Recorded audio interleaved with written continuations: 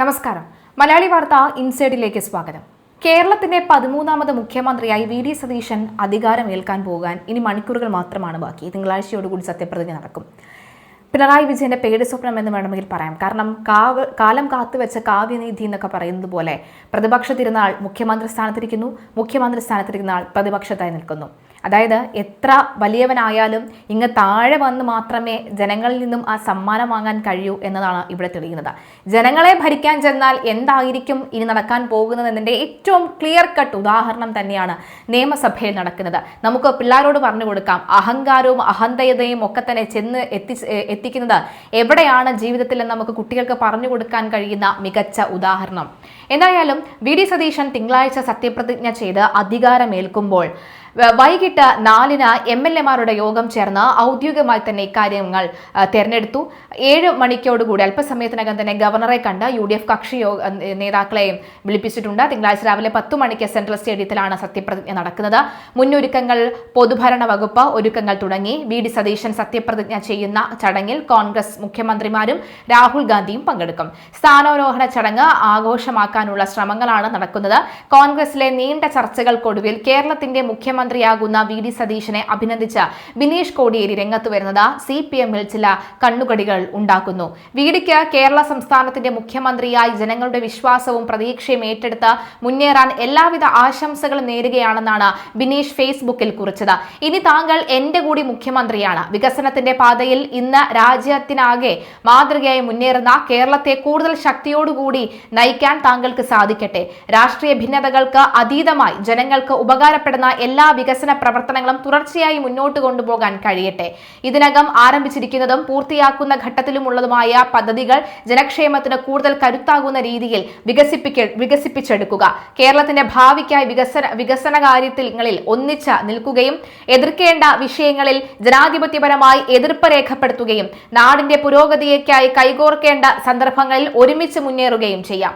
ആശയപരമായ വ്യത്യാസങ്ങൾ നിലനിൽക്കുമ്പോഴും ജനക്ഷേമവും വികസനവും എന്ന വലിയ ലക്ഷ്യത്തിൽ നമുക്ക് എല്ലാവർക്കും ഒന്നിക്കാനാകട്ടെ എന്നാണ് അദ്ദേഹം പറയുന്നത്. പുതിയ കാലഘട്ടത്തിന്റെ മാറ്റങ്ങൾ ഉൾക്കൊണ്ട് അടിസ്ഥാന സൗകര്യം വികസനം, തൊഴിൽ, വിദ്യാഭ്യാസം, ആരോഗ്യം, വ്യവസായം, സാങ്കേതിക മുന്നേറ്റം എന്നീ മേഖലകളിൽ കേരളം കൈവരിച്ച നേട്ടങ്ങൾ കൂടുതൽ മുന്നോട്ട് നയിക്കുന്ന ശക്തമായ നേതൃത്വം താങ്കളുടെ ഉണ്ടാകട്ടെ എന്നാണ് പറയുന്നത്. സൗഹാർദ്ദവും പുരോഗതിയും നിറഞ്ഞ ജനകീയവും പോസിറ്റീവുമായ ഒരു രാഷ്ട്രീയ അന്തരീക്ഷം കേരളത്തിൽ രൂപപ്പെടാൻ താങ്കളുടെ നേതൃത്വം വഴിയൊരുക്കട്ടെ. ബിനീഷ് കുറിച്ച വാക്കുകളാണ്. തീർച്ചയായിട്ടും ഒരു പരസ്പര ബഹുമാനം അല്ലെങ്കിൽ പ്രതിപക്ഷ ബഹുമാനം തന്നെയാണ് ആ ഒരു പോസ്റ്റിൽ കാണാൻ സാധിക്കുന്നത് എന്നുള്ളതാണ്. എന്തായാലും വി.ഡി. സതീശനെ കേരള മുഖ്യമന്ത്രിയായി പ്രഖ്യാപിച്ചതിന് പിന്നാലെ ലീഗിനെ കടന്നാക്രമിച്ച് BJP മുൻ സംസ്ഥാന അധ്യക്ഷൻ K.S. സുരേന്ദ്രൻ രംഗത്തെത്തിയിട്ടുണ്ട്. മുസ്ലിം ലീഗിന്റെ സമ്മർദ്ദം ഒന്നു മാത്രമാണ് വി.ഡി. സതീശൻ മുഖ്യമന്ത്രിയാകാൻ കാരണമെന്ന് BJP ഔദ്യോഗിക ഫേസ്ബുക്ക് പേജിലാണ് കുറിച്ചത്. പിന്നാലെയാണ് 22 നേതാക്കളും താഴെയാണ് ഭായി 63 എന്ന പരാമർശവുമായി സുരേന്ദ്രൻ രംഗത്തെത്തിയത്. തെരഞ്ഞെടുപ്പിൽ 63 സീറ്റ് കിട്ടിയ കോൺഗ്രസിനേക്കാൾ മുന്നണിയിൽ കൂടുതൽ സ്വാധീനമുള്ളത് 22 സീറ്റ് കിട്ടിയ ലീഗിനാണെന്നും അതുകൊണ്ടാണ് കോൺഗ്രസ് MLA-മാരുടെ അഭിപ്രായം വരെ മറികടന്ന് ലീഗിന് കൂടുതൽ താല്പര്യമുള്ള വി.ഡി. സതീശനെ മുഖ്യമന്ത്രിയാക്കിയത് എന്നുമാണ് സുരേന്ദ്ര പരോക്ഷമായി വിമർശിച്ചിരിക്കുന്നത്. 10 ദിവസത്തെ ഉദ്യോഗഭരിതമായ കാത്തിരിപ്പിനൊടുവിലാണ് സതീശനെ മുഖ്യമന്ത്രിയായി പ്രഖ്യാപിച്ചത്. കോൺഗ്രസ് ഏൽപ്പിച്ചത് വലിയ ഉത്തരവാദിത്തമാണ് എന്ന് സതീശൻ പറഞ്ഞു. കഠിനാധ്വാനം ചെയ്ത ലക്ഷക്കണക്കിന് UDF പ്രവർത്തകരാണ് തന്നെ ഇതിനെ പ്രാപ്തനാക്കിയത്. ടീം UDF ആണ് തന്നെ ഈ നിലയിൽ എത്തിച്ചത്. പ്രവർത്തകരോട് തനിക്ക് വലിയ കടപ്പാടുണ്ട്. കേരളത്തിലെ ജനങ്ങൾ ഏൽപ്പിച്ചത് വലിയ ഉത്തരവാദിത്തമാണ്. ജനങ്ങളോട് പറഞ്ഞ കാര്യങ്ങൾ ഒന്നൊന്നായി ചെയ്യും. പൂർണ്ണമായ അർപ്പണബോധത്തോടെ ജനങ്ങളുടെ ജീവിത നിലവാരം ഉയർത്താൻ പ്രവർത്തിക്കും. പുതിയ കേരളത്തെ സൃഷ്ടിക്കാൻ പൊതുയോഗത്തിന് തുടക്കം കുറിക്കാൻ കഠിനാധ്വാനം ചെയ്യും. അംഗീകാരം വ്യക്തിപരമായി കിട്ടിയതല്ല, തന്നെ സഹായിച്ചത് AICC ആണെന്നും അദ്ദേഹം പറയുന്നു.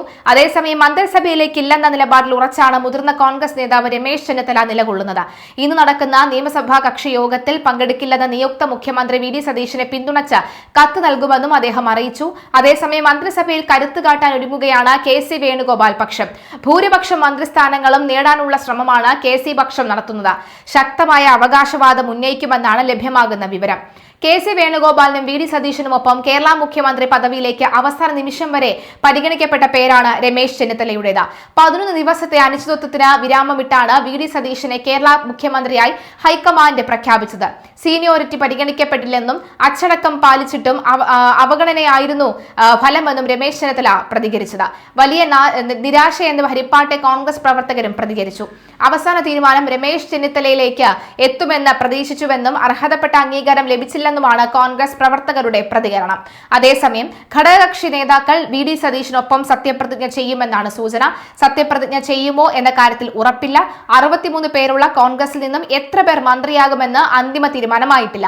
മതസമുദായിക പ്രാദേശിക സമവാക്യങ്ങൾ ഇത്തവണ മന്ത്രിസഭയിൽ ഉണ്ടാകുമോ എന്ന കാര്യത്തിൽ മനസ്സ് തുറക്കേണ്ടത് മുഖ്യമന്ത്രി തന്നെയാണ്. എന്റെ പ്രസ്ഥാനം ഇന്ത്യൻ നാഷണൽ കോൺഗ്രസ് എന്നെ വലിയ ഒരു ഉത്തരവാദിത്തമാണ് ഏൽപ്പിച്ചിരിക്കുന്നത്. ഞാനിതിനോട് അഖിലേന്ത്യാ കോൺഗ്രസ് കമ്മിറ്റി നേതൃത്വത്തോട്, കോൺഗ്രസ് പ്രസിഡന്റിനോടും ശ്രീ രാഹുൽജിയോടും ഉൾപ്പെടെ എല്ലാവരോടും നന്ദി പറയുകയാണ്.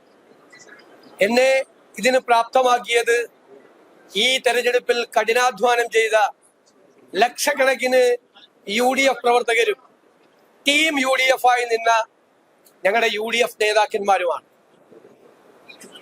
തീർച്ചയായും ഞാനിവിടെ എത്തിയതിന് അവരോട് എനിക്ക് ഒരുപാട് കടപ്പാടുണ്ട്. കേരളത്തിലെ ജനങ്ങൾ ഞങ്ങളെ വലിയ ഉത്തരവാദിത്തമാണ് ഏൽപ്പിച്ചത്. 10 വർഷം നീണ്ടു നിന്നൊരു ഭരണം അവസാനിപ്പിച്ച് 102 സീറ്റോട് കൂടിയാണ് അധികാരത്തിലെത്തിയത്. ആ ജനങ്ങളോട് ഞങ്ങൾ പറഞ്ഞ കാര്യങ്ങൾ ഒന്നൊന്നായി ഞങ്ങൾ ചെയ്തത്, കഠിനാധ്വാനം ചെയ്ത് പൂർണ്ണമായ അർപ്പണബോധത്തോടെ ജനങ്ങളുടെ ജീവിത നിലവാരം ഉയർത്താൻ, കേരളത്തെ മാറ്റിയെടുക്കാൻ, പുതിയ ഒരു കേരളത്തെ സൃഷ്ടിക്കാൻ, ഒരു പുതുയുഗത്തിന് തുടക്കമിടാൻ ഞങ്ങൾ എല്ലാവരും ചേർന്ന് കഠിനാധ്വാനം ചെയ്യും.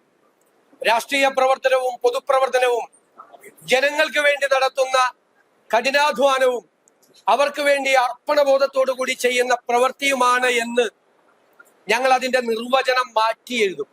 പൊതുപ്രവർത്തനത്തിന്റെയും രാഷ്ട്രീയ പ്രവർത്തനത്തിന്റെയും നിർവചനം അതായിരിക്കുമെന്ന് മാറ്റി എഴുതും.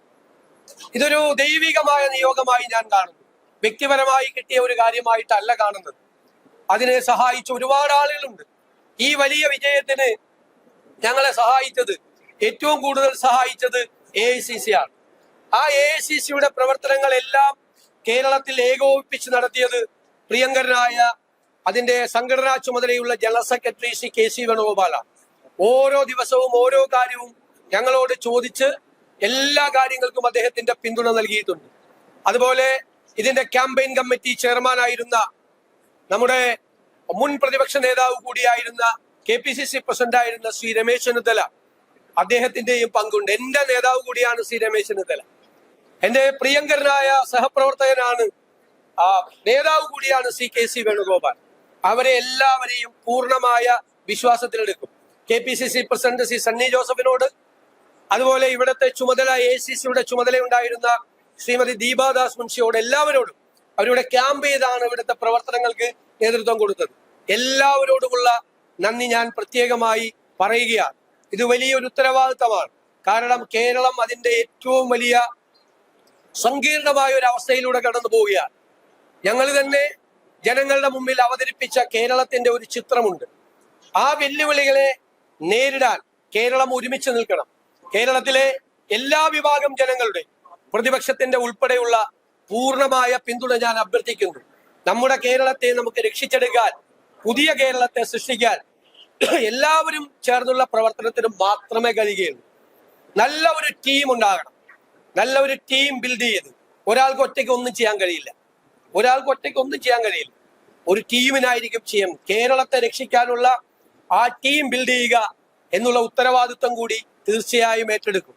ഹൃദയം നിറഞ്ഞ നന്ദി എല്ലാവരോടും പറയുന്നു. കേരളത്തിലെ ജനങ്ങളോട് പറയുന്നു. ഞാൻ പറഞ്ഞല്ലോ,